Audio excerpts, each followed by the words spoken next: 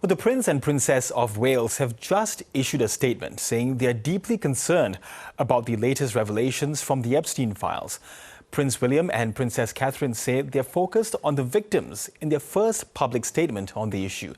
It comes as the leadership of UK Prime Minister Sir Keir Starmer is under pressure after his Chief of Staff resigned over his role in the appointment of Lord Mandelson as ambassador to the US, despite his publicly known relationship with Jeffrey Epstein. Let's get more on this with Tim Bale, Professor of Politics at Queen Mary University of London. Tim, good to have you on the program. Now, with the Epstein files first, we've just heard the Prince and Princess of Wales publicly putting in a statement they're deeply concerned by these latest round of revelations from the Epstein files.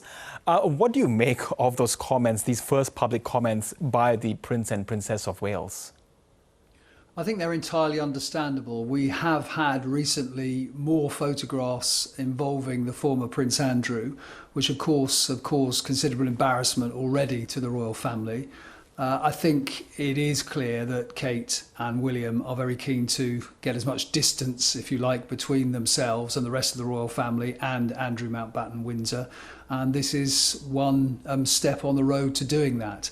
I think it's altogether appropriate that they express sympathy with the victims, and we mustn't let all the revelations about the Epstein files let us forget that they are and they should be central to this. Yes, and the fallout seems never-ending, So with the resignation of Morgan McSweeney, the former Chief of Staff to Sir Keir Starmer, does it put added pressure on the Prime Minister's leadership over his own party?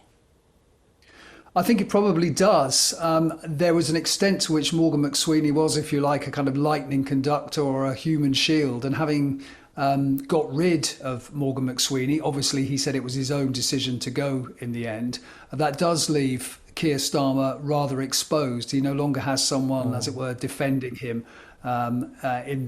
in the process. It's very noticeable that this morning in the UK, the leader of the opposition, Kemi Badenoch, said for the first time really in terms that she thought the Prime Minister's position was untenable. But in the end, it's not actually up to her. She can put as much pressure as she likes on Keir Starmer, but in the end, it's up to the Parliamentary Labour Party.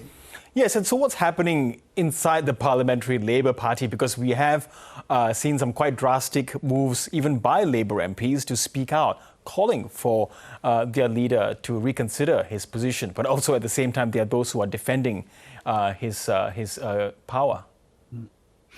Well, at the moment, those who have openly criticised him tend to be those who are already disgruntled with the Labour government and then tend to be on the left of the Parliamentary Party. There are, however, a lot of, if you like, anonymous briefings which are highly critical of Keir Starmer. The problem for the Labour Party, I think, is that they've got a by-election coming up which they are under a good deal of pressure in. They have elections in May, which look like they're going to be a disaster for the Labour Party. And I suspect that no one really wants to take over from Keir Starmer before those events. So we have a kind of stalemate. But in these situations, as we know from the previous Conservative government, things can move pretty fast. Once something begins to kind of slip away from a Prime Minister, then their resignation can follow pretty quickly. Yes. How big a loss is McSweeney's resignation personally to the Prime Minister Keir Starmer? Because he played a huge role in him winning first the Labour leadership in 2020 and then running Labour's successful campaign to win the 2024 general election. Well, you're absolutely right. The two are really joined at the hip. Keir Starmer really hasn't been in politics, at least in a leadership role, without Morgan McSweeney being next to him. Many people credit him with helping Labour to win the election.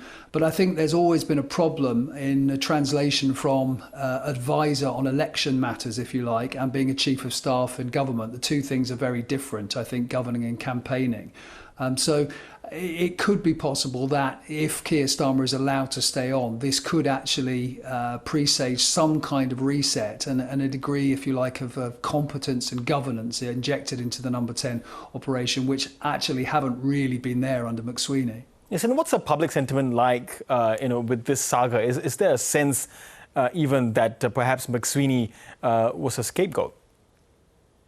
Well, I think that is always the problem. I mean, I think, to be honest, most of the public regard Keir Starmer as the problem and see him as morally compromised on this. They won't be that familiar, most ordinary voters, with Morgan McSweeney. It's rather kind of criminological to talk about him so much.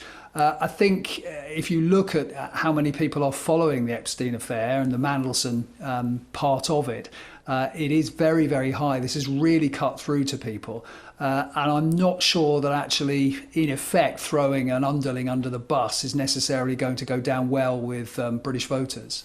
Okay, Professor Tim Bale in London, really appreciate your analysis on the programme. Thank you so much.